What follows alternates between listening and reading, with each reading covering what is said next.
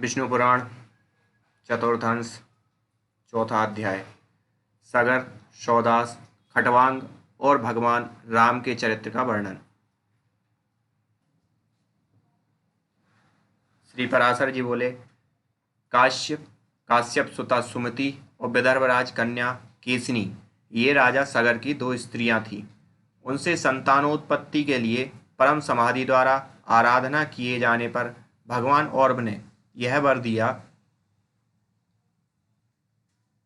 एक से वंश की वृद्धि करने वाला एक पुत्र तथा दूसरी से 60,000 पुत्र उत्पन्न होंगे। इनमें से जिसको जो अभीष्ट हो वह इच्छा पूर्वक उसी को ग्रहण कर सकती हैं। उनके ऐसा कहने पर केसनी ने एक तथा सुमति ने 60,000 पुत्रों का वर मांगा। महर्षि के तथास्तु कहने पर कुछ ही दिनों में केसनी ने वंश को बढ़ाने वाले असमंजस नामक एक पुत्र को जन्म दिया और काश्यप कुमारी सुमति ने 60 सहस्त्र पुत्र उत्पन्न हुए। राजकुमार असमंजस के अंशुमान नामक पुत्र हुआ। यह असमंजस बाल्यावस्था में से ही बड़ा दुराचारी था। पिता ने सोचा कि बाल्यावस्था के बीत जाने पर वह बहुत समझदार होगा, किंतु यौवन के बीत जाने पर भी जब उसका आचरण न सुधरा तो पिता ने उसे त्याग दिया। उसके 60,000 पुत्रों ने भी असमंजस के चरित्र का ही अनुसरण किया। तब असमंजस के चरित्र का अनुकरण करने वाले उन सगर पुत्रों द्वारा संसार में यज्ञादि सन्मार्ग का उच्छेद हो जाने पर सकल विद्या निधान अशेष दोषहीन भगवान पुरुषोत्तम के अंशभूत श्री कपिल देव से देवताओं ने प्रणाम करने के अनंतर उनके विषय में कहा, भगवान राजा सगर के ये सभी पुत्र असमंजस के चरित्र का ही अनुसरण कर रहे हैं। इन सबके असन्मार्ग में प्रवृत्त रहने से संसार की क्या क्या दशा होगी। प्रभु, संसार में दीन जनों की रक्षा के लिए ही आपने यह शरीर ग्रहण किया है, अतः इस घोर आपत्ति से संसार की रक्षा कीजिए। यह सुनकर भगवान कपिल ने कहा, ये सब थोड़े ही दिनों में नष्ट हो जाएंगे। इसी समय सगर ने अश्वमेध यज्ञ आरंभ किया। उसमें उसके पुत्रों द्वारा सुरक्षित घोड़े को कोई व्यक्ति चुराकर पृथ्वी में घुस गया। तब उस घोड़े के सुरों के चिन्हों का अनुसरण करते हुए उनके पुत्रों में से प्रत्येक ने एक एक योजन पृथ्वी खोद डाली तथा पाताल में पहुंचकर उन राजकुमारों ने अपने घोड़े को फिरता हुआ देखा। पास ही में मेघा वर्णहीन शरत काल के सूर्य के समान अपने तेज से संपूर्ण दिशाओं को प्रकाशित करते हुए घोड़े को चुराने वाले परमर्षि कपिल को सिर झुकाए बैठे देखा। तब तो ये दुरात्मा अपने अस्त्र शस्त्रों को उठाकर, यही हमारा अपकारी और यज्ञ में विघ्न डालने वाला है, इस घोड़े को चुराने वाले को मारो मारो ऐसा चिल्लाते हुए उनकी ओर दौड़े। तब भगवान कपिल देव ने कुछ आंख बदलकर देखते ही वे सब अपने ही शरीर से उत्पन्न हुए अग्नि में जलकर नष्ट हो गए। महाराज सगर को जब मालूम हुआ कि घोड़े का अनुसरण करने वाले उनके समस्त पुत्र महर्षि कपिल के तेज से दग्ध हो गए हैं, तो उन्होंने असमंजस के पुत्र अंशुमान को घोड़ा ले आने के लिए नियुक्त किया। वह सगर पुत्रों द्वारा खोदे गए मार्ग से कपिल जी के पास पहुंचा और भक्ति विनम्र होकर उनकी स्तुति की। तब भगवान कपिल ने उनसे कहा, बेटा जा, इस घोड़े को ले जाकर अपने दादा को दे दे और तेरी जो इच्छा हो वही वर मांग ले। तेरा पौत्र गंगा जी को स्वर्ग से पृथ्वी पर लाएगा। इस पर अंशुमान ने ही कहा कि मुझे ऐसा वर दीजिए कि जो ब्रह्मदंड से आहत होकर मरे हुए मेरे अस्वर्ग पितृगण को स्वर्ग की प्राप्ति कराने वाला हो। यह सुनकर भगवान ने कहा, मैं तुझसे पहले ही कह चुका हूं कि तेरा पौत्र गंगा जी को स्वर्ग से पृथ्वी पर लाएगा। उनके जलने से इनकी अस्थियों की भी भस्म का स्पर्श होते ही यह सब स्वर्ग चले जाएंगे। भगवान विष्णु के चरण से निकले हुए उस जल का ऐसा महात्म्य है कि वह कामना पूर्वक केवल स्नान आदि कार्यों में ही उपयोगी हो सो नहीं है, अपितु बिना कामना के मृतक पुरुष के अस्थि, चर्म, स्नायु अथवा केश आदि का स्पर्श हो जाने से या उसके शरीर का कोई भी अंग गिरने से भी वह देहधारी को तुरंत स्वर्ग में ले जाएगा। भगवान कपिल के ऐसा कहने पर उन्हें प्रणाम कर घोड़े को लेकर अपने पितामह की यज्ञशाला में आया। राजा सगर ने भी घोड़े के मिल जाने पर अपना यज्ञ समाप्त किया। अपने पुत्रों के खोदे हुए सागर सागर को ही अपत्य स्नेह से अपना पुत्र माना।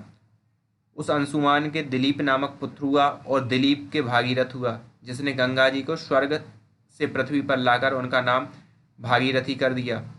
भागीरथ से सुहोत्र, सुहोत्र से श्रुति, श्रुति से नाभाग, नाभाग से अम्बरीश, अम्बरीश से सिंधुदीप, सिंधुदीप से अयुतायु और अतुई तायु से ऋतुपर्ण नामक पुत्र हुआ, जो राजा नल का सहायक और द्युत कीड़ा का पारदर्शी था। ऋतुपर्ण का पुत्र सर्वकाम था, उसका सुदास, और सुदास का पुत्र सौदास मित्रशय हुआ। एक दिन मृग छाया के लिए वन में घूमते घूमते उसने 2 व्याघ्र देखे। इन्होंने संपूर्ण वन को मृगहीन कर दिया है, ऐसा समझकर उसने उनमें से एक को बाण से मार डाला। मरते समय वह अति भयंकर रूप क्रूर बदन राक्षस हो गया तथा दूसरा भी मैं इसका बदला लूंगा ऐसा कहकर अंतर्ध्यान हो गया। कालांतर में सौदास ने एक यज्ञ किया। यज्ञ समाप्त हो जाने पर जब आचार्य वशिष्ठ बाहर चले गए, तब वह राक्षस वशिष्ठ जी का रूप बनाकर बोला, यज्ञ के पूर्ण होने पर नरमांस युक्त भोजन कराना चाहिए, अतः तुम ऐसा अन्न तैयार कराओ, मैं अभी आता हूँ। ऐसा कहकर वह बाहर चला गया। फिर रसोइयों का बेस बनाकर राजा की आज्ञा से उसने मनुष्य का मांस पकाकर उसे निवेदन किया। राजा भी उसे सुवर्ण पात्र में रखकर वशिष्ठ जी के आने की प्रतीक्षा करने लगा और उनके आते ही वह मांस निवेदन कर दिया। वशिष्ठ जी ने सोचा, अहो इस राजा की कुटिलता तो देखो, जो यह जानबूझकर भी मुझे खाने के लिए यह मांस देता है। फिर यह जानने के लिए कि यह किसका है वे ध्यानस्थ हो गए। ध्यानावस्था में उन्होंने देखा कि वह तो नरमांस है।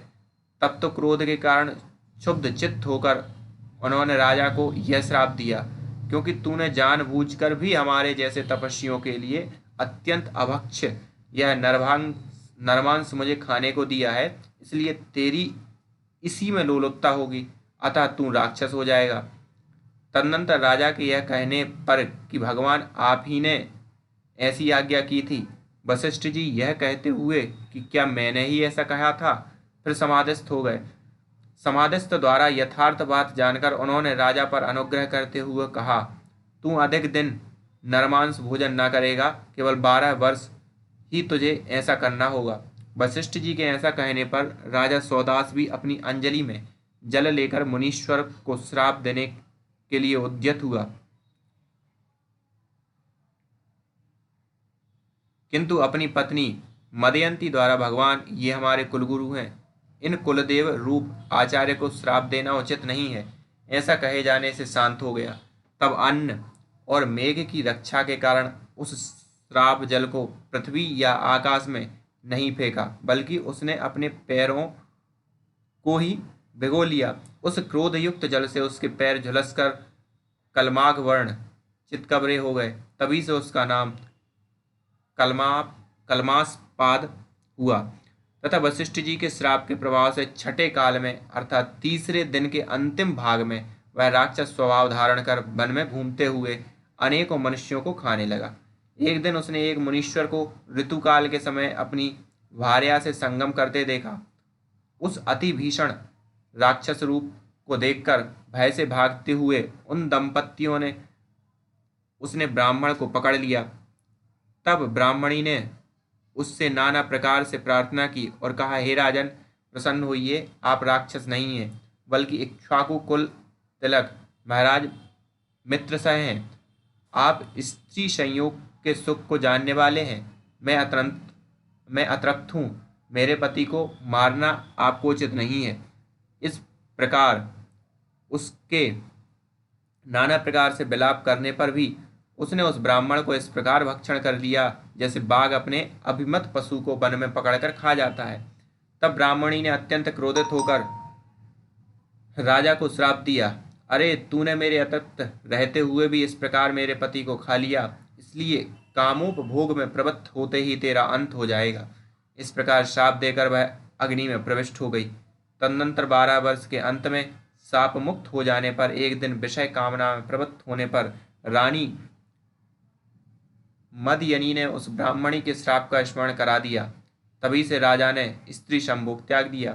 पीछे पुत्रहीन राजा के प्रार्थना करने पर वशिष्ठ जी ने मदयंती के गर्भाधान किया। जब उस गर्भ ने 7 वर्ष व्यतीत होने पर भी जन्म न लिया तो देवी मदयंती ने उस पर पत्थर से प्रहार किया। इससे उस समय पुत्र उत्पन्न हुआ और उसका नाम अश्वमक हुआ। अश्वमक के मूलक नामक पुत्र हुआ। जब परशुराम जी द्वारा यह पृथ्वी तल क्षत्रिहीन किया जा रहा था उस समय उसकी रक्षा वस्त्रहीना स्त्रियों ने घेर कर की थी। इससे उसे नारी कवच भी कहते हैं। मूलक के दशरथ के इलीबिल के विश्वसह और विश्वसह के खड़वांग नामक पुत्र हुआ, जिसने देवासुर संग्राम में देवताओं के प्रार्थना करने पर दैत्यों का वध किया था। इस प्रकार स्वर्ग में देवताओं का प्रिय करने से उनके द्वारा वर मांगने के लिए प्रेरित किए जाने पर उसने कहा, यदि मुझे वर ग्रहण करना ही पड़ेगा तो आप लोग मेरी आयु बतलाइए। तब देवताओं ने के यह कहने पर कि तुम्हारी आयु केवल 1 मुहूर्त और रही है, वह एक अनवरुद्ध गति विमान पर बैठकर बड़ी शीघ्रता से मर्त्यलोक में आया और कहने लगा, यदि मुझे ब्राह्मण की अपेक्षा कभी अपना आत्मा भी प्रियतर नहीं हुआ, यदि मैंने कभी स्वधर्म का उल्लंघन नहीं किया और संपूर्ण देव मनुष्य पशु पक्षी और वृक्षादि में श्री अच्युत के अतिरिक्त मेरी अन्य दृष्टि नहीं हुई, तो मैं निर्वृतापूर्वक उन मुनिजन वंदित प्रभु को हूँ। ऐसा कहते हुए राजा खड़वांग ने संपूर्ण देवताओं के गुरु अकथनीय स्वरूप सत्ता मात्र शरीर परमात्मा भगवान वासुदेव में अपना चित्त लगा दिया और उन्हीं में लीन हो गए। इस विषय में भी पूर्व काल में सप्तर्षियों द्वारा कहा हुआ श्लोक सुना जाता है। उसमें कहा है, खड़वांग के समान पृथ्वी तल में अन्य कोई भी राजा नहीं होगा, जिसने एक मुहूर्त मात्र जीवन के रहते ही स्वर्गलोक से भूमंडल में आकर अपनी बुद्धि द्वारा तीनों लोकों को सत्य रूप भगवान वासुदेव मैं देखा। खड़वांग से दीर्घबाहु नामक पुत्र हुआ, दीर्घबाहु से रघु, रघु से अज और अज से दशरथ ने जन्म लिया। दशरथ के भगवान कमलनाभ जगत की स्थिति के लिए अपने अंशों से राम, लक्ष्मण, भरत और शत्रुघ्न इन 4 रूपों से पुत्र भाव को प्राप्त हुए। राम जी ने बाल्यावस्था में ही विश्वामित्र जी की यज्ञ रक्षा के लिए जाते हुए मार्ग में ही टटका राक्षसी को मारा। फिर यज्ञशाला में पहुंचकर मारीच को बाण रूपी वायु से आहत कर समुद्र में फेंक दिया और सुबाहु आदि राक्षसों को नष्ट कर डाला। उन्होंने अपने दर्शन मात्र से अहल्या को निष्पाप किया और जनक के राजभवन में बिना श्रम ही महादेव जी का धनुष तोड़ा और पुरुषार्थ से ही प्राप्त होने वाली अयोनिजा जानकी जननदिनी श्री सीता जी को पत्नी रूप से प्राप्त किया और तदनंतर संपूर्ण क्षत्रियों को नष्ट करने वाले समस्त हाय कुल के लिए अग्नि स्वरूप परशुराम जी के बल वीर्य का गर्व नष्ट किया। फिर पिता के वचन से राज्य लक्ष्मी को कुछ भी ना गिनकर भाई लक्ष्मण और धर्मपत्नी सीता सहित वन में चले गए। वहां विराध, खर, दूषण आदि राक्षस तथा कबंध और बाली का वध किया और समुद्र का पुल बांधकर संपूर्ण राक्षस कुल का विध्वंस किया तथा रावण द्वारा हरी हुई उसके वध से कलंकहीना होने पर भी अग्नि प्रवेश से शुद्ध हुई समस्त देवगणों से प्रशंसित स्वभाव वाली अपनी भार्या जनक राजकन्या सीता को अयोध्या में ले आए। हे मैत्रेय, उस समय उनके राज्याभिषेक जैसा मंगल हुआ उसका तो 100 वर्ष में भी वर्णन नहीं किया जा सकता। तथापि संक्षेप से सुनो। दशरथ नंदन श्री रामचंद्र जी ने प्रसन्न वदन लक्ष्मण, भरत, शत्रुघ्न, विभीषण, सुग्रीव, अंगद, जाम्बान और हनुमान आदि से छत्र चामर आदि द्वारा सेवित हो ब्रह्मा, इंद्र, अग्नि, यम, निरति, वरुण, वायु, कुबेर और ईशान आदि संपूर्ण देवगण, वशिष्ठ, वासुदेव, वाल्मीकि, मार्कंडेय, विश्वामित्र, भरद्वाज और अगस्त्य आदि मुनिजन तथा ऋक्, यजु, साम और अथर्व वेदों से स्तुति किए जाते हुए तथा नृत्य, गीत, वाद्य आदि संपूर्ण मंगल समाधियों सहित वीणा, वेणु, मृदंग, भेरी, पटह, शंख, काहल और गोमुख आदि बाजों के घोष के साथ समस्त राजाओं के मध्य में संपूर्ण लोकों की रक्षा के लिए विधि पूर्वक अभिषिक्त हुए। इस प्रकार दशरथ कुमार, कौशलाधिपति, रघुकुल तिलक, जानकी वल्लभ तीनों भ्राताओं के प्रिय श्री रामचंद्र जी ने सिंहासन आरूढ़ किया, 11,000 वर्ष तक शासन किया। भरत जी ने भी गंधर्व लोक को जीतने के लिए जाकर युद्ध में 3 करोड़ गंधर्वों का वध किया और शत्रुघ्न जी ने भी अतुलित बलशाली महापराक्रमी मधुपुत्र लवण राक्षस का संहार किया और मथुरा नामक नगर की स्थापना की। इस प्रकार अपने अतिशय बल पराक्रम से महान दुष्टों को नष्ट करने वाले भगवान राम, लक्ष्मण, भरत और शत्रुघ्न संपूर्ण जगत की यथोचित व्यवस्था करने के अनंत फिर स्वर्गलोक को पधारे। उनके साथ ही जो अयोध्या वासिनी या अयोध्या निवासी उन भगवत दंसा स्वरूपों के अतिशय अनुरागी थे, उन्होंने भी तन्मय होने के कारण सालोक्य मुक्ति प्राप्त की।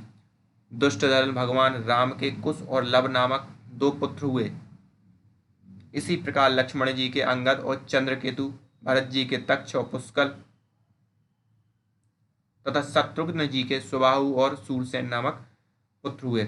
कुश के अतिथि, अतिथि के निषद, निषद के अनल, अनल के नव, नव के पुंडरीक, पुंडरीक के क्षेमधनवा, क्षेमधनवा के देवनीक, देवानीक के अहिनक, अहिनिक के रुरु, रुरु के परियावक, परियात्रक के देवल, देवल के वत्सल, वत्सल के उल्क, उल्क के वज्रनाव, वज्रनाव के शंखण, शंखण के युतिताक्ष और युतिताश्व के विश्वसह नामक पुत्र हुआ।